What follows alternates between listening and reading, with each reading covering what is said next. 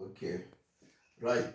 We want to continue with our lectures for March 2542.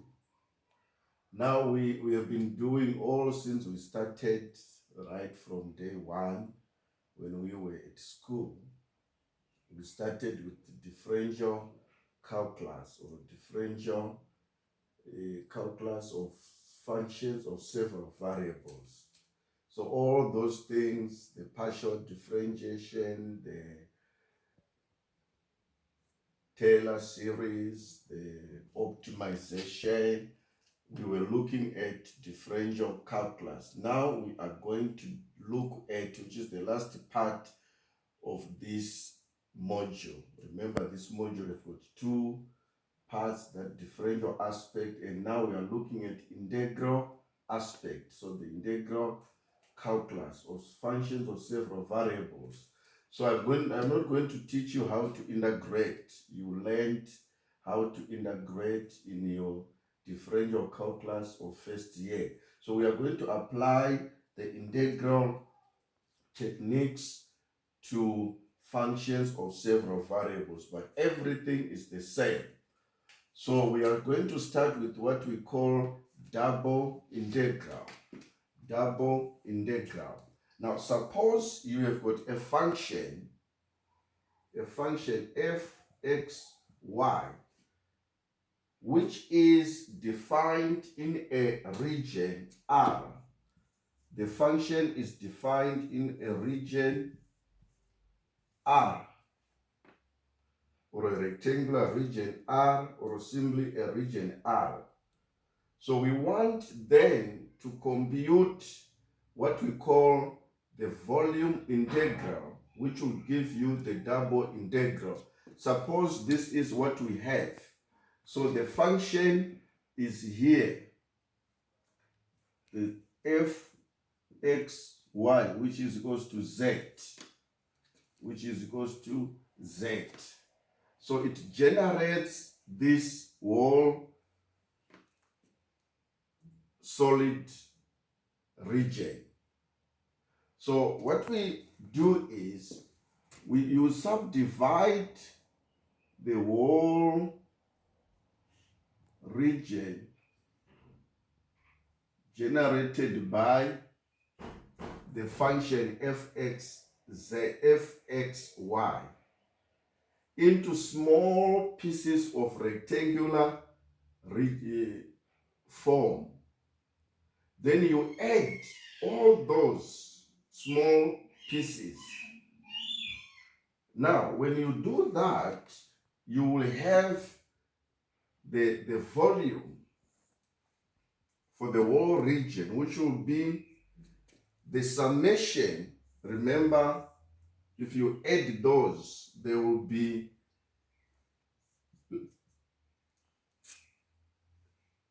from 1 to n, that is for j, that is in this y direction, and then you add from I to 1 up to m, then generated by the function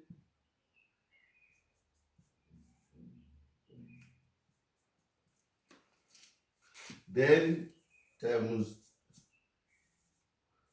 these are changes in x and changes in y. Now as we take the limit of delta x and delta y as they tend to 0, we will have the limit of this summation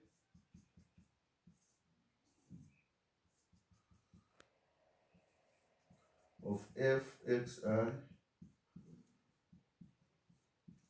delta x delta y as delta x tends to 0, delta y tends to 0. Now, as summation tends to 0 in the x direction and in the y direction. As this tends to 0, the summation now becomes a continuous. It becomes continuous. Therefore, it becomes integral. So we check, we will then say y is moving from C to D, and x from A to B. Then this summation now becomes this integral. So these are now the limits for the integral on the rectangular region. Then fxy. This delta x becomes delta dy dx. Then delta y becomes delta y becomes dy like that. So we now have this integral. It's now what we call the double integral. Now, this double integral gives you a volume generated by the surface given by fxy integrated over the rectangular region when x is ranging from, so the region is R, is ranging from A to B. Then y is from C to D. So that's the region. So when you solve this, it gives you the double integral. But that double integral will also be called it will give you the volume of the surface there. Now, if we, let me delete this. If fxy is continuous in the rectangular region, if fxy is continuous over the surface, we will generate, or we will have a theorem known as Fubini's theorem. Fubini's theorem. So if fxy, so what are the requirements? Fxy must be continuous in the rectangular region. Must be continuous on the rectangular region R. Rectangular region R. So it must be like this, x such that A is less than x less than B, then C is less than Y is less than D. If that is the case, then the double integral A, B, then C, D, just dy, then dx can also be written as C, D, then A, B, f, x, y, dx, then dy. So what does that mean? It means in this case, we are first integrating fxy with respect to y, keeping x as a constant. Then when you get the integrand, you then evaluate using the limits from C to D. Then from there, you will have a function that will only have x and then constants, because y will have been taken care of by its limits. Then from there, you then integrate the new integrand or the new function with respect to x. Then when you get the integrand, you evaluate the limits from A to B. So it is the same as you start integrating the whole function with respect to x, keeping y constant. Then you evaluate the integrand from A to B, that is the limits for x. Then after that, you then integrate the resultant function with respect to y now. Then you evaluate from C to D. So what you get here will be a number. And that number, because you're looking at the volume, if they say find the volume, it has to be positive. If it happens you get negative, it means you take the absolute value, because the volume must be positive. Okay, so double integration, if it's just find the double integration, you are not going to mind whether it's negative or positive. But if you say the volume must always be positive. So it's just integrating the function twice. With respect to x, you get the answer. Then you integrate that answer with respect to y. It's like what we did with partial differentiation. Okay? Now, let's look at an example. Let's look at an example.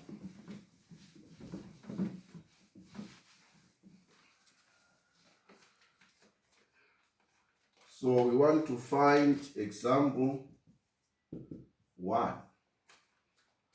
Example 1. So evaluate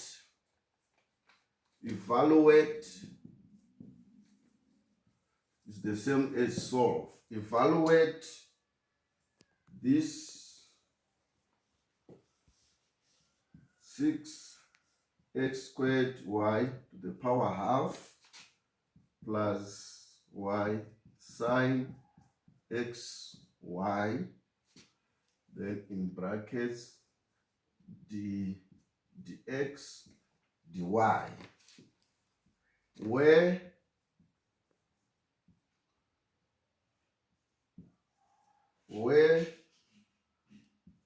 R is the region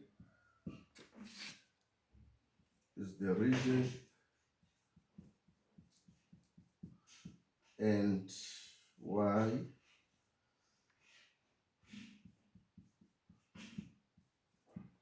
okay. So what we have here, we are saying we want to find the value of this double integral, this one, where R over R, where R is the rectangular region formed by this x ranges from 0 to pi, then y ranges from 0 to 1. So we want to find the double integral. So what do you do? Because here it means we start with integrating with respect to x. So the limits are from 0 to 1. This is for y. The inner limits will be for x, which is from 0 to pi. So 6x squared y half plus y sine xy. So the what? Dx, then dy. So you are integrating every term here with respect to x, keeping y constant or treating y constant. So integrating this one, so the outer limits for y, they remain, because we are concerned with the what? The x. So here we have, you integrate this one, we just look at the x there. So it will be x to the power 3 over 6 over 3, which is 2x cubed, y to the power half. Then this one, we are not concerned about that, we are concerned about this one. So we integrate sine xy. Remember, we are treating y as constant, the way you can treat a or the way you can treat 2. So it will be here, it will be 1 over y. So this y will cancel that. So it is minus sine, so minus cos xy, because this y here is cancelled with that. Then the limits are from 0 to pi, then dy. Okay, so you now put wherever there is x, you put pi, then minus wherever there is x, you put 0. So it will be 0, 1 into 2 pi cubed y half, then minus cos pi y, then minus now for the 0. Obviously this is 0, that will be cos 0, so it will be 0 minus cos 0 is 1, so it's minus 1, then dy.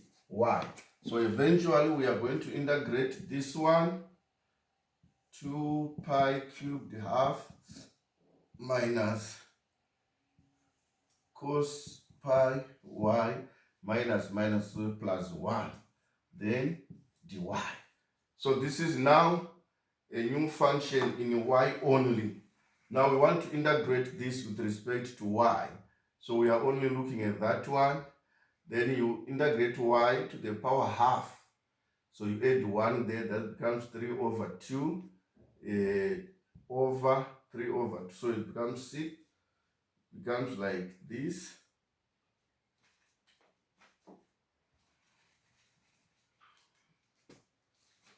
So it becomes 4 pi cubed y 3 over 2. 3 over 2. Then this one, the negative comes. Then this one is 1 over pi sine pi y. Then this one plus y. Here what happened is, you see, this is 3 over 2. So it will be 1 over 3 over 2. So it should be 3 there. Okay? Then that this 2 will then multiply with that, it becomes 4 there. So it's 4 over 3, this one. Then the limits are from 0 to 1. Okay? From 0 to 1. Maybe let me finish it on top here.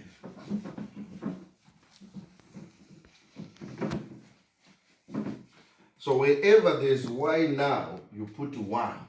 So it will be 4 pi cubed 1, so which is over 3, minus here, minus 1 over pi into, here you put 1, so it will be sine pi is 0.